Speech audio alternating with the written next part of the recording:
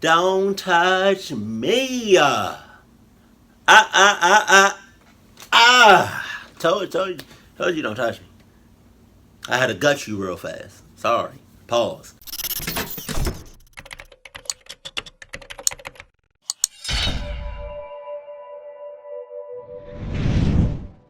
Sup?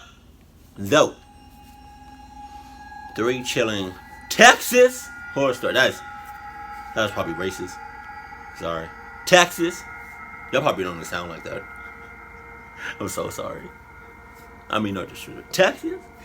My grandfather grew up in Jacksonville, Texas back in the 1950s. And if you've never been there, you wouldn't be missing much. He grew up the eldest of 5 brothers and sisters on a farm with my great-grandparents. He passed away about a year ago. But I wanted to share a story he told me when I came home from college break. Naturally, Grandpa didn't come from much. His parents' generation suffered through the Great Depression, and farmers didn't fare off too well. But being the gritty Texas farm folk that they were, they thrived in it. Having a farm and a big pasture surrounded by pine trees made for a good childhood, as he told me. He would reminisce about the times of gathering the whole town's kids and playing baseball games to pass the hot summer days.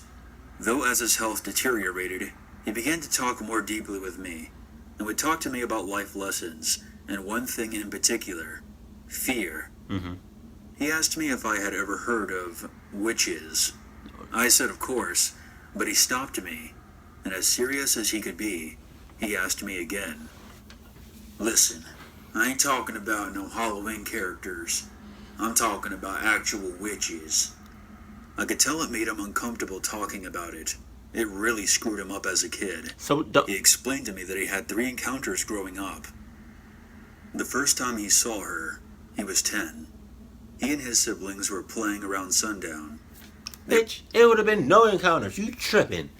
No, if I see something out of the ordinary, if I see something that doesn't look like my body type, that doesn't have like at least, that doesn't look like a human, I'm not sticking around, not even for a half of a second. I'm not even giving a thought, like, nah. No, I'm not doing it tonight. Outside in the pasture, about 200 yards away from him, there was a tree line where a forest began. He said that he saw a dark floating silhouette by the tree line. No, you didn't. He couldn't focus on it because of the lack of lighting. No, you didn't. But he swore to me that the figure's head was cocked at a perfect 90-degree angle looking right at him. He said it was inhuman. He remembers rushing the little ones back inside and telling his parents. Their parents never let them out after sundown again. The second encounter came 2 years later. He and a friend who was their closest neighbor would walk on a trail through the forest to school every day.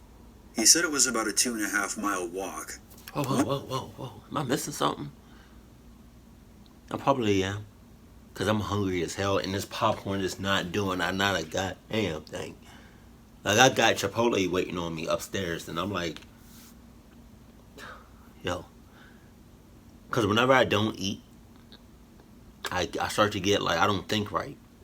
So, with that being said, I really don't want to go back. But he said, like, him and his friend go through the forest or something.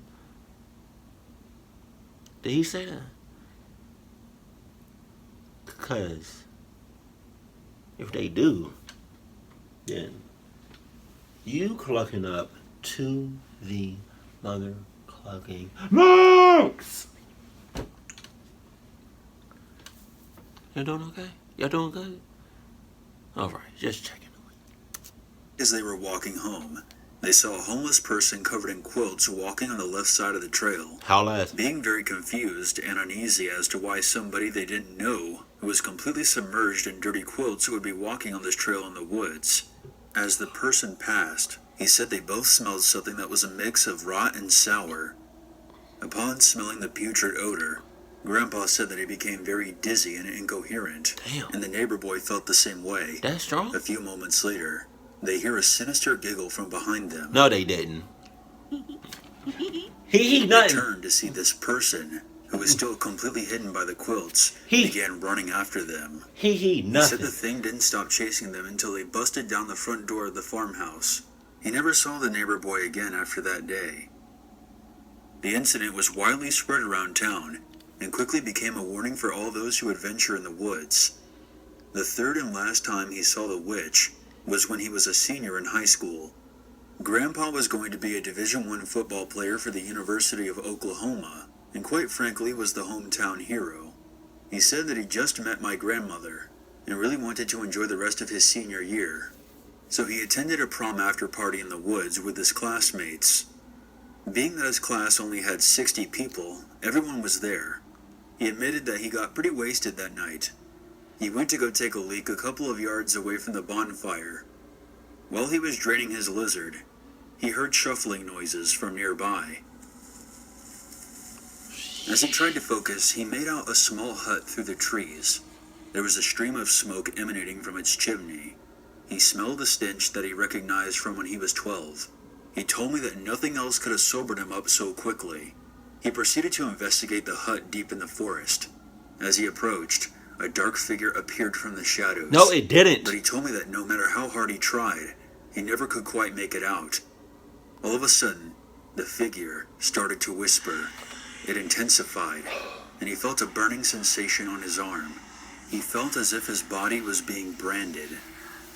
The figure then slowly faded back into the darkness of the forest. He became frantic and realized that he was now 100 yards away from everyone. He said that there was no way he had wandered off that far. He began screaming for help. He admitted to me that he even wet his pants. The creepiest part about this story is that the police investigated the hut that my grandpa discovered. Inside was a gore fest. There was dead animals strewn about the floor, as well as human remains, who some believed to be the missing neighbor boy. They never found out who was responsible, and my grandfather moved away shortly after. My grandfather was a fantastic man, and I miss him a lot. He was the most kind and loving man I ever knew, and I know that he wouldn't make any of this up. And I've also always wondered where he got the burn mark on his arm. It was a whole lot of bullshit in that first story. Texas. Anybody from Texas, y'all probably hate me right now. I'm so sorry. I mean no disrespect when I say Texas. Some backstory before I begin. I work for a conservation corps based out of Austin, Texas. We do a lot of environmentally based projects, such as trail maintenance, wildfire fighting, invasive species removal, etc. One day this past spring, we were working in Jasper, Texas, doing invasive species removal on Nature Conservancy property. We were clearing any and all species that were not longleaf, shortleaf, or loblolly pine trees. The property was about 60 acres, so we were flying through this project trying to complete it. Most of our chainsaws had run into problems and were not working properly, so we ended up having to split up into groups. Hell. I worked in a crew of 8, and we only had 4 saws running, so groups of 2 was the reasonable way to run things. I was working with one of my co-workers, Joe. We were on an area of property that the crew had not been to yet. Our job was to cut a trail about a mile into the property and proceed to make our way around the 60 acres. We began to saw our way in at around 7:45 a.m. We had to hike in our fuel, bar oil for the chainsaw, our wedges, and our packs. We each carried a hatchet in case we needed an extra wedge or for any other reason, as well as flagging to mark the trail. At around 9, we had reached our halfway point and decided to take a short break. I shut off the chainsaw, took my chaps off, and drank some water to cool off. I placed my pack against the tree, and Joe did the same. We began shooting the shit. Nothing unusual. Just some stupid banter to get through the day. As we were talking, something snapped in the brush about 30 feet to the west of us. No, the hell it didn't. I instantly stopped talking and grabbed our hatchets. This area was known to have wild boar. We knew what to do in this situation if a wild boar was to show up. Haul it. Nevertheless, we were scared. We slowly walked over to the brush, and as we approached, another snap came from our south. Yeah, another snap. Yeah, oh, okay. Y'all gonna hear a whole bunch of snaps, and it's not coming from them. It's gonna be coming from y'all, cause them boards gonna be snapping y'all the hell up. Snap, snap, snap, snap, snap, snap. Cause it's snapping all y'all. Shut up. Cause y'all the type of motherfuckers that want to check stuff out. Y'all the type that want to go, hey, what was that? I don't know. It seems scary. It seemed a little suspicious. You want to come with me? Oh, okay. Let's go. Damn, I'll snap. So stupid. I don't know what's wrong with me. Feet in the dense brush. At that point, we were starting to get nervous. We had no plan if two boar were to show up. We decided that it was best to grab our packs and find our way back to the crew. They would understand us ceasing work for two boar. As we slowly made our way back to our packs, snaps came from every direction. See? We had nowhere to go. My first thought was to grab the chainsaw and turn it on. I revved up the engine, but it promptly died. Great. Another saw down. In simple terms, we were screwed. We decided to make a run for it at that point. Too late. I counted down from 5, and we both ran down the trail as fast as we could, into the thick, swampy brush. We sprinted as fast as humanly possible towards camp, but something made us stop. Joe and I, at the same moment, stopped running. Why? We stood there not knowing what to do. Why you stop? Joe began to look around frantically, and as he did, I felt a cold breeze wisp down my back. A deep voice whispered something into my ear, but before I could even comprehend the words, I took my hatchet and swung blindly behind me. To my surprise and terror, it struck something hard. As I turned my head to see what creature had just met its doom, I heard Joe gasp. As my head swiveled, behind me was a tree. This may sound normal, but we had cleared this area of all life not but 30 minutes prior. The chances of us missing a 2-foot wide, 60-foot tall tree were 0. Realizing that this was only a tree, I looked back at Joe, ready to laugh. But as soon as I turned around, Joe was gone. I chuckled and started to call out his name. After about 2 minutes, I began to freak out. I began frantically searching the surrounding area, but Joe seemed to have vanished into nothing. After another 10 minutes of searching, I decided that he may have been so scared that he ran back to camp, so I began to make my way back. When I arrived, everything was completely normal. Everything but the fact that Joe wasn't there. I told everyone that Joe had gone missing after we had a run-in with some boar. We all spread out. We looked for Joe for an hour before deciding to call the authorities. They arrived shortly after. We set up search parties to find Joe. After about 10 minutes of searching, he was found. Cluck Joe. Joe sat on a tree stump, pale as the moon, staring off into space. I called out to him, but when he looked at me, I noticed blood running down his stomach. There was a tree branch sticking out of Joe's gut. Oh. I sprinted over to him as he fainted and caught him before he hit the ground. The police rushed Joe to the nearest hospital. Before we left, I noticed something odd. Joe had been sitting on a stump of a tree that I had rammed my hatchet into.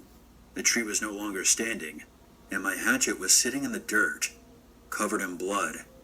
My stomach dropped, and I immediately walked with my crew back to camp, leaving my hatchet behind. We packed up our campsite and left Jasper that night. We were never sent back to that property. Shortly after, an article surfaced in the news of a Nature Conservancy surveyor who disappeared in the same forest. They found him a week later impaled next to a tree stump. I can only assume it was the same stump that we found Joe next to. I would have said cluck him, and let's move on. The Hell House of South Texas. Cool.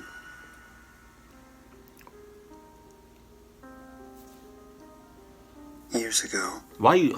I lost my fiancée. I wish I had lost her to natural causes.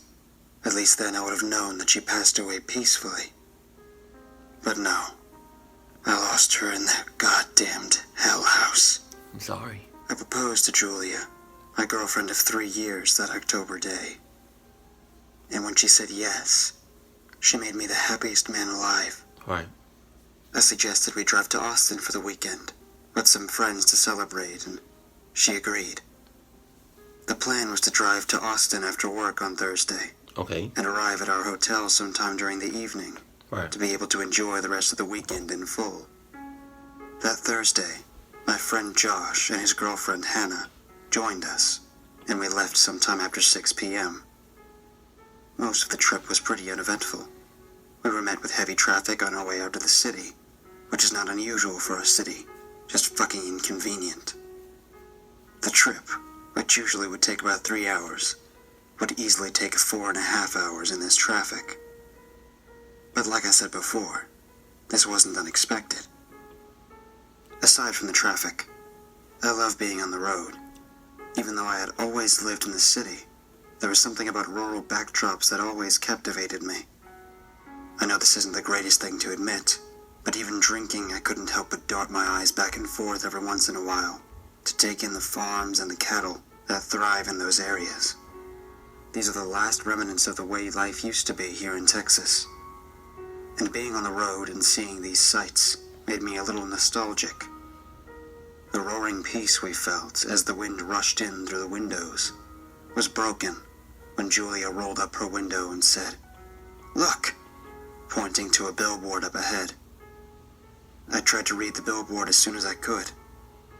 The billboard was a tacky-looking thing for a haunted house that said, "Come experience all of our 13 floors if you dare." Come. Nothing. Dare.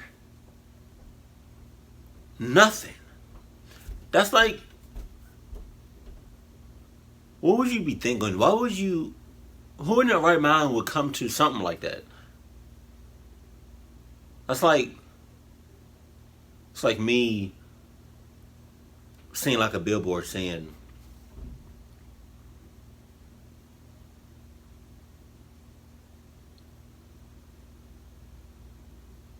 if you want to get clucked up, come here now. Call 1-800 cluck up. No. I don't know, but all I'm saying is, why would you want to go to something like that? Like, if you go to something like that, then just stay the hell away from me, because I'm not clucking with it. Not. It's a red flag. Red flags right there. Several. I exited a few miles later and turned into an empty parking lot. "I don't know. Looks empty to me," I said. "This place probably doesn't have too many customers because it's in the middle of nowhere.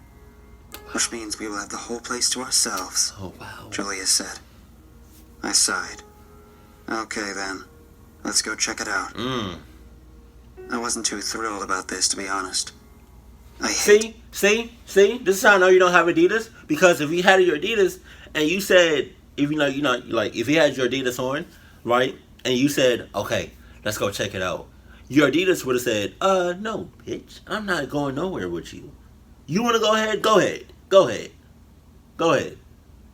But I'm gonna unlace myself from your stinky ass feet, and I'ma just be right here.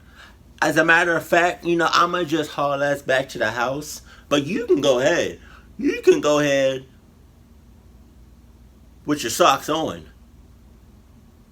Because I'm not going in there, regardless if I have on Adidas or not. I'm not doing that. So I'ma just detach myself from you, and I'll meet you at the house. Okay? But apparently you don't want to listen to me. Okay. Haunted houses. I was always all too aware that there were people pretending to be creatures or ghouls, but Julia loved this stuff. Why? So I went along with it. The place certainly looked impressive, which was odd due to how little traffic I imagined them to get. The house seemed to be a huge-looking office complex, most likely built and then abandoned when the area failed to attract jobs, businesses, and people. We walked up to the front, where a grandmotherly old lady greeted us. "Welcome. Is this your first time here?" Welcome nothing. she asked, to which we nodded. "Well, you're certainly in for a treat then," she said, and then went into what seemed like a well-rehearsed spiel about safety, no punching of the actors in the house, no running, etc. No running, you messed me with that. I rolled my eyes when she said that if we didn't follow the rules, we would become permanent residents of the Hell House. Oh, in a no. spooky voice. You got me We clucked paid our up. tickets and were ushered in. To be honest, the 12 floors were pretty cool and altogether normal. There was a floor dedicated to a zombie outbreak where we were being chased by moaning zombies, and around every corner or so, one of them would pop out of the most obvious corner and come crawling or simply snap at us. There was the obligatory clown floor, where we were supposed to be in some sort of circus, where the clowns had gone mad and killed everyone. Every room was a tribute of some sort, depicting said massacre of the circus's spectators, and the clowns would stand menacingly in some corner of the room, or they would jump out from some hidden nook or cranny. My favorite floor was the one depicting hell, and one of the rooms was covered in fog, and as we navigated through the floor, demons would rise up from the fog and screech at us. Something wrong with you. My girlfriend was really into it. She would jump and scream and hug me tight whenever a scare came up, Something wrong with which her. made me think this wasn't so bad after all. Y'all relationship doomed. Just saying. Y'all just... It's only a matter of time. Cause y'all both... Y'all both love clucked up shit. Y'all both love to experience clucked up shit. So it's only a matter of time before your relationship ends up clucked. I don't know when that's gonna happen, but it's gonna happen soon. Sooner rather than later.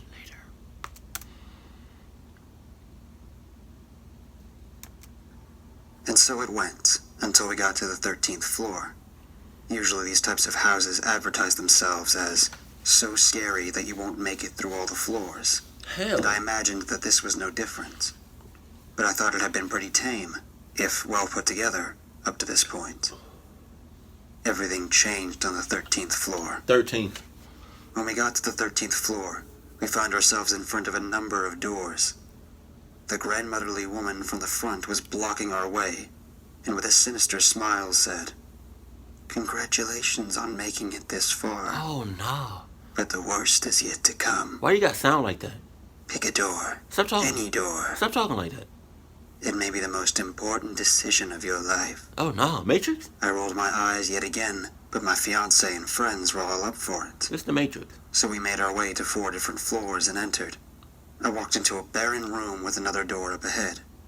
The door shut heavily behind me, and I will admit that this made me jump. Then I heard a click as the door locked behind me, and mist started pouring into the room. I figured it was fog to set the mood for the next room, but the fog kept rolling into the room until it suffocated the whole room. The fog became so thick in the room that eventually I had to breathe some of it in, and when I couldn't take it anymore, I started coughing. It's a setup. I heard the door ahead of me slowly swing open, and I made my way towards it. My vision started becoming blurry. My body began to feel heavy. Setup. I'd never been under the influence, but I had the sneaking suspicion that I had been drugged somehow. I trudged along to the next room, and what I saw there felt straight out of a nightmare. On either side of the room were two-way mirrors. Oh no. Confused, I looked into them until atmospheric lights illuminated what I was seeing.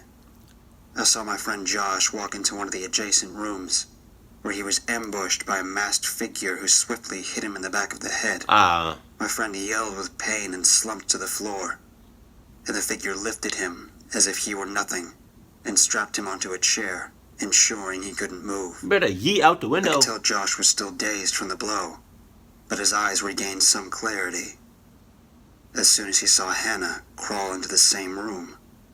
"I see our guests have arrived," Oh no. grasped the masked figure. He immediately grabbed Hannah by the neck and tossed her into another chair in front of the one Josh was strapped to. Ugh. Okay, lover boy. You get to pick which one of you two gets to live, the masked figure said. What the fuck is this? Why are you doing this? Josh screamed, I would have left spittle both. flying everywhere. I would have left both of them. The masked figure tisk-tissed and put a finger in front of Josh's lips. All Pause. you have to do is choose. The figure started circling Josh.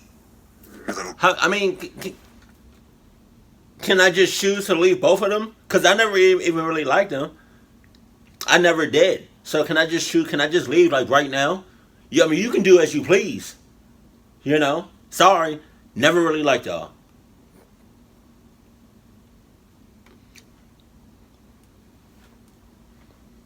Sorry. So y'all can do what y'all want with them. I don't give two shits. So I'm gonna just go ahead and leave.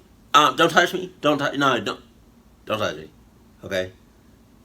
I don't really know you like that. Matter of fact, I don't even know you at all. So just don't touch me. Don't touch me. Don't touch me. Just don't touch me. Don't touch me. Cool. Don't touch me. Don't touch me. Don't touch me. Told you don't touch me. I had to gut you real fast. Sorry. Pause. But yeah, yeah. So, yeah, clock y'all. I'm gonna go ahead, but I mean, I'm headed up out of here. I'm about to get me some Chick-fil-A.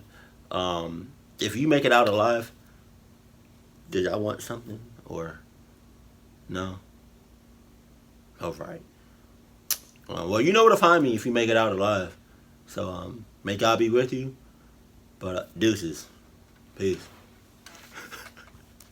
girlfriend has been drugged with a powerful hallucinogen, Uh-huh. which means that she probably doesn't even know where she is at this moment. Hey, what? So, he said as he was leaning in and spoke directly into his ear, A if you hallucination? pick her to die, she won't even know you killed her. It will Hallucination? stay between the two of us, and you will get to go scot-free. Hallucination. My friend screamed in frustration, Hallucination. rattling the chair as much as he could. All right. My eyes widened as the masked figure produced a long knife out of nowhere and began stabbing Hannah with impunity. God damn. Overkill would hardly describe what actually happened. What? That was the point where Josh began to cry. I'm sorry. I'm sorry, he kept saying, until the figure cut his bindings and said with a voice that seemed to gloat, You are free to go. I watched Josh pick himself up and quickly made his way to the door. When he opened it, he was met with gunfire from an unknown source to me. It was so loud, I had to cover my ears and close my eyes. And when I opened them again, I saw the body of my best friend riddled with holes, and the masked man got to the task of moving the bodies. That's rough. I heard a tap behind me, so I turned to see Julia being brutally beaten by another masked figure. Dang. I pounded on the glass. I screamed at them to stop, but this seems to only make matters worse. They beat her savagely to within an inch of her life. And then they said, Your boyfriend is watching this. He's probably enjoying it, too. Hearing this, she began to drag herself to the mirror, and I met her there.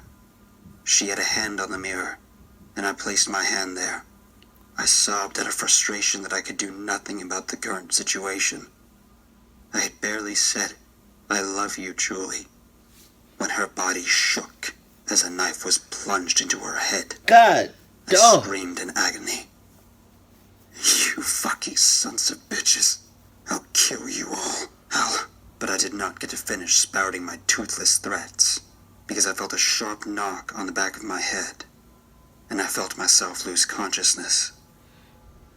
When I woke up, I was back in my car. It had crashed into a telephone pole, and the police were there. I was booked for driving under the influence, and was told that I was really lucky to have made it out of a crash like that, with only a bump on the back of my head. I told them about the haunted house, and everything that transpired there. But they told me they didn't find anything on those roads. There was no house, they said. I must have made it up. I tried to move on. I really did. But I couldn't. No way was I going to let them get away with what they did. Today, after 5 years of fruitless searching, I finally found the godforsaken house. And I have enough gasoline to make sure this fucking place burns to the ground. Okay.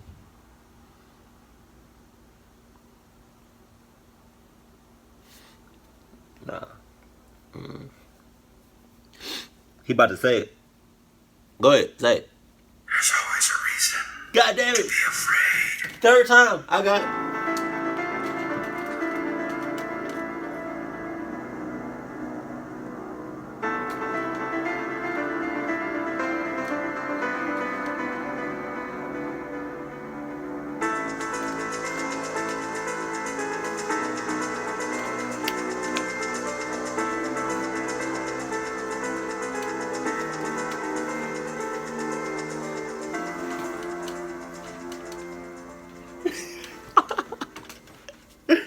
Oh no, but in all seriousness though, in that last story, yeah, I would have left my girlfriend and her and my friend. Like off bucks. I lied to you not. I didn't want to come here. I didn't, but y'all forced me. So I'm not about to get clucked up with y'all. So y'all missed me with that. Cause after that, I would have never even investigated it. Like I would have just left it alone. 5 years of searching for that house. That's crazy. After that, nah, nah, I would have just left them in there, and I would have let the other peoples do what they pleased, and and leave it at that. I would have jumped out the window, or I would have hauled ass out the house, and never looked back. I would have changed my phone number, changed my home address, changed school districts. I would have did all that so they can never find me.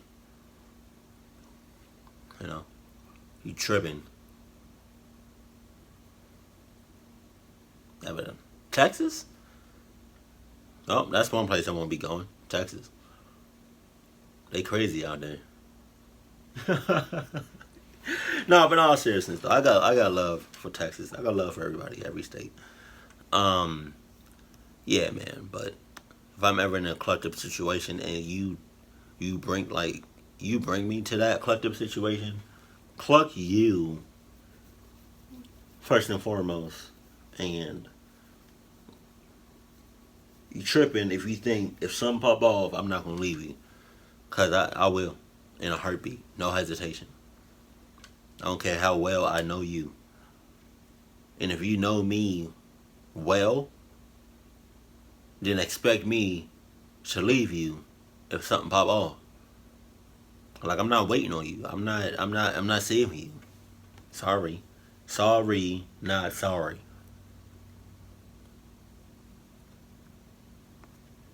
Hey, and another thing, if you ever start up a conversation with me and it's random and you talking about, hey,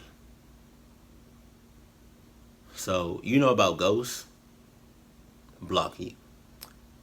Now, I mean, I'm not blocking you, but like, you know, if you ever start up a conversation talking about, hey,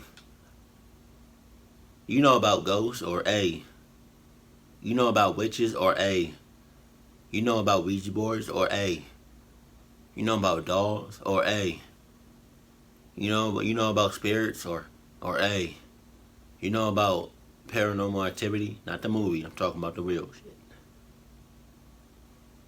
You come at me with one of those, I'm gonna act like I just didn't hear you, or I'm cutting you off at the base.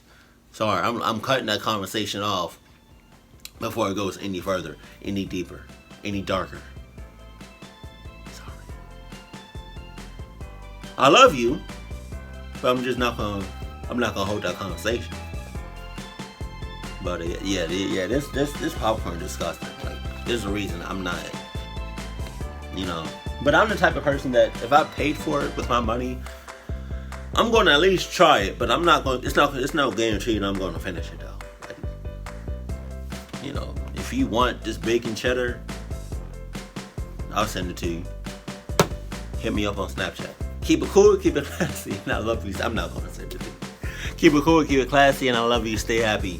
My family.